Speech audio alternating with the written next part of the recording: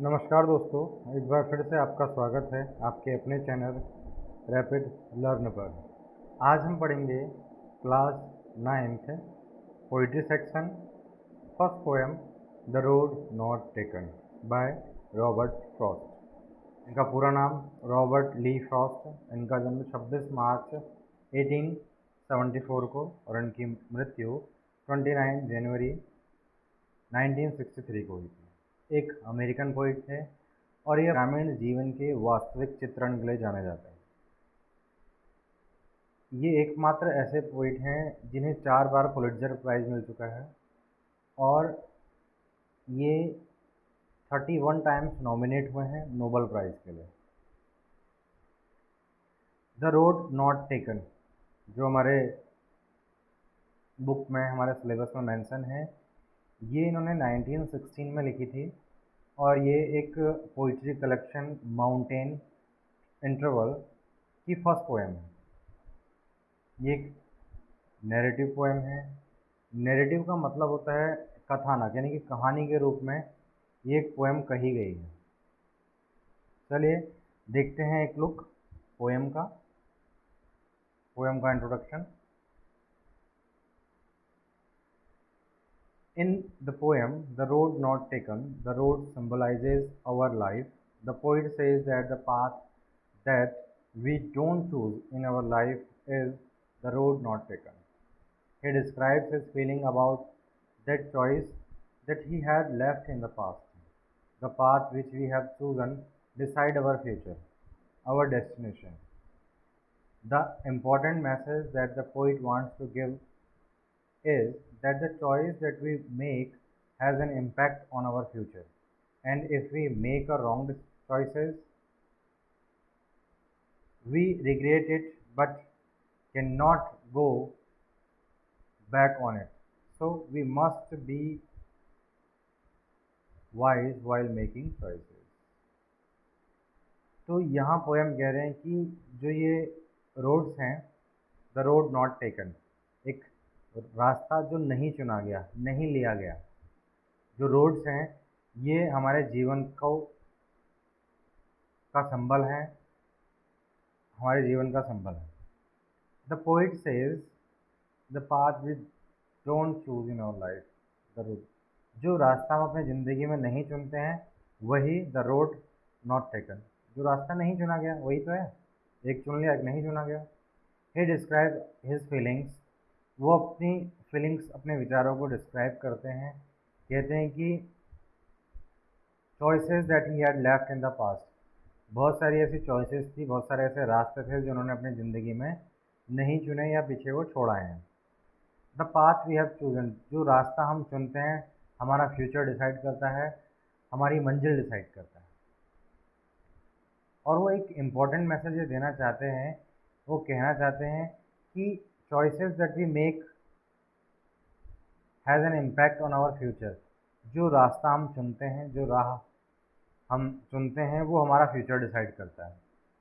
अगर हम गलत डिसीजन ले लेते हैं या हम गलत रास्ते पर चले जाते हैं तो हमारे पास पछताने के अलावा कुछ नहीं रहता। हम वापस नहीं जा सकते हैं कि वापस जाके उस रास्ते को सुधार लें, सिर्फ पछताने के अलावा कुछ नहीं रह जाएगा। इसीलिए हम जब भी कभी डिसीजन ले रहे हों, कोई राह चुन रहे हों, तो हमें अपनी बुद्धिमत्ता का प्रयोग करना चाहिए, उसके प्रोज और कॉन्स, उसके बेनिफिट और उसके बेनिफिट्स क्या नहीं हैं, क्या डिसएडवांटेज हैं, ये देखकर हमें आगे बढ़ना चाहिए। बढ़ते हैं पोएम पर। First stanza. Two roads diverse in a yellow boat and sorry I could not travel both, and be one traveler. Long I stood and looked down one as far as I could, to where it bent in the undergrowth. अब यहाँ poet कह रहे हैं कि मैं एक जंगल में आकर खड़ा हो गया हूँ, या मैं एक रास्ते पर खड़ा हूँ जहाँ से रोड डाइवर्स हो रही है, दो रास्तों में कट रही है, लेफ्ट राइट, दो रास्ते बन रहे हैं उसके। Sorry I could not travel both, कह रहा है कि सॉरी, मैं क्षमा चाहता हूँ कि मैं दोनों रास्तों पे नहीं जा सकता। अब एक ही बंदा हूँ मैं, एक ही ट्रैवलर हूँ तो मैं दो रास्तों पे कैसे जा सकता हूँ? हाँ, मैं बारी बारी जा सकता हूँ कि पहले एक रास्ता देख लिया, उसके बाद दूसरा रास्ता देख लिया, बट एक टाइम पे मैं एक ही रास्ते को चूज कर सकता हूँ। Long I stood and look down one as far as could. मैं वहाँ खड़े रहता हूँ काफ़ी देर तक और उन रास्तों को देखता हूँ कि वो रास्ते कहाँ तक जा रहे हैं। जहाँ तक मेरी नज़र जाती है मैं वहाँ तक उन रास्तों को देखता हूँ। टू वेयर इट बैंड, कहाँ जाकर ये मुड़ जाते हैं, एक घने जंगल में ये खो जाते हैं। आधे आधी डिस्टेंस के बाद ये रास्ते दिखाई नहीं दे रहे हैं, गायब हो जा रहे हैं। येलो वुड, अंडरग्रोथ और डाइवर्स, इनके मीनिंग कुछ दिए हुए हैं। Separated and took a different direction, एक ऐसी जगह जो सेपरेट हो रही हो, एक ऐसा रास्ता जो सेपरेट हो रहा हो, यानी कि एक रास्ते के दो रास्ते दोनों अलग अलग हो रहे हैं, अलग अलग डायरेक्शन पे। येलो वुड एक ऐसा फॉरेस्ट है जहाँ पर बहुत सारी येलो पत्तियाँ, यानी कि ऑटोमन्स की ऑटोमन की बात कर रहा है, पतझड़ की बात कर रहे हैं कि सारे पत्ते येलो होके झड़ रहे हैं और वो जंगल में बिछ गए हैं। अंडरग्रोथ एक फॉरेस्ट की बात कर रहा है जहाँ पर बहुत सारे झाड़ियाँ और प्लांट्स हैं, काफ़ी सघन जंगल की बात हो रही है यहाँ पर। नेक्स्ट पैराग्राफ में पढ़ते हैं हम। ये एक लुक देखिए आप, ये येलो पत्ते बिछे हुए हैं और रास्ता डाइवर्स हो रहा है अपोजिट डायरेक्शन में, और एक एक डिस्टेंस के बाद रास्ता दिख नहीं रहा, जंगल में कहीं खो जा रहा है। तो यही बताया गया फर्स्ट पैराग्राफ में। Then took the other just as fair, and having perhaps the better claim, because it was grassy and unwanted wear, though as far that the passing there had borne them really about the same। तो यहाँ बोल रहे हैं कि then took the other, मैं दूसरा रास्ता चुनता हूँ, पहला दूसरा, मैं दूसरा रास्ता चुनता हूँ। जस्ट एज फेयर, वो पहले की जैसा ही फेयर है, साफ सुथरा है। And having perhaps the better claim, और हो सकता है कि इस रास्ते को चुनना शायद मेरा अच्छा डिसीजन हो। Because it was grassy and wanted wears, because क्योंकि वो ग्रासी है, वहाँ घास उगी हुई है, यानी कि उस रास्ते पर कोई चला ही नहीं है, जब कोई चलेगा नहीं तो उस पर घास उग जाएगी। एंड अनवांटेड वेयर, यानी कि उस वांटेड वेयर का मतलब होता है कि उस रास्ते पर कोई चला नहीं है, एकदम साफ सुथरा रास्ता है। Though as far that the passing there had borne them really about the same, जैसे कि आगे बढ़ते हैं तो मुझे दिखता है कि वहाँ पर मतलब वो दोनों वैसे ही घिसे हुए हैं, जैसा पहला रास्ता घिसा हुआ था वैसे ही दूसरा रास्ता भी घिसा हुआ, दोनों सेम है, कोई अंतर नहीं है दोनों में। आगे बढ़ते हैं। And both that morning equally lay in leaving no steps had trodden back. Oh, I kept the first for another day, yet knowing how way leads on the way, I doubted if I should ever come back.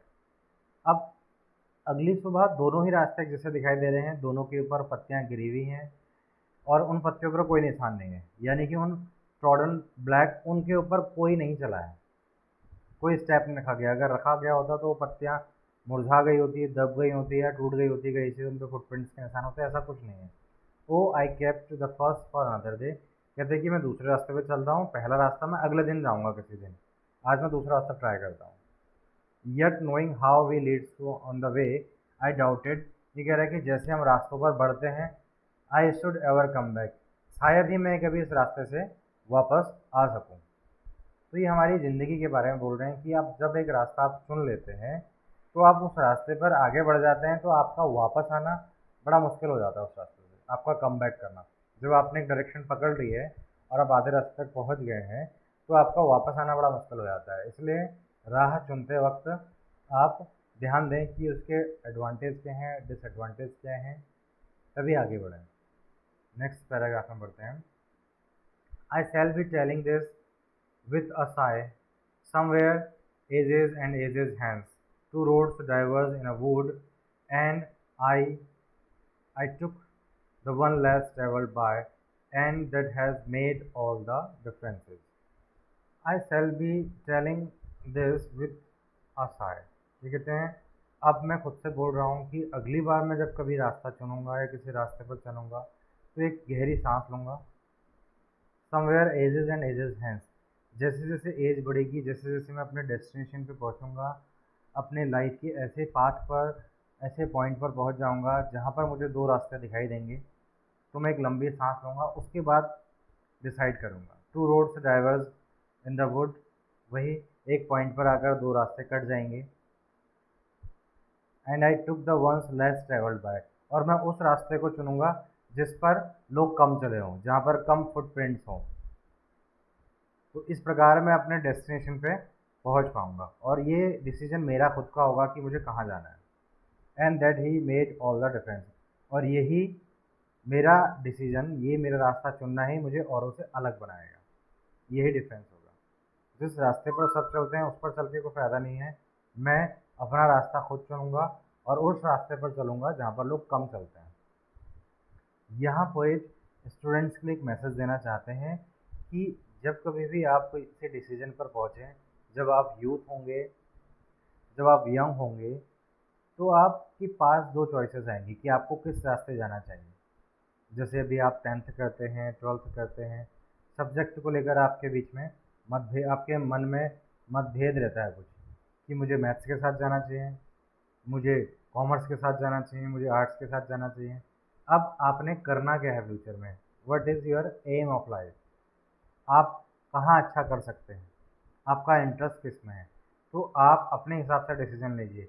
ऐसा नहीं कि भेड़ चाल, सब BSc कर रहे हैं, सब साइंस के साथ जा रहे हैं तो हम साइंस लेंगे, कुछ लोग कॉमर्स के साथ जा रहे हैं तो हम कॉमर्स लेंगे। नहीं, मेरी फ्रेंड तो आर्ट्स ले रही है या मेरा फ्रेंड तो आर्ट ले रहा है तो मैं आर्ट के साथ जाऊँगा। नहीं, आप क्या चाहते हैं, आपका डिसीजन ही आपकी लाइफ में आपके आपको आगे ले जा सकता है या आपको कहीं का नहीं छोड़ सकता।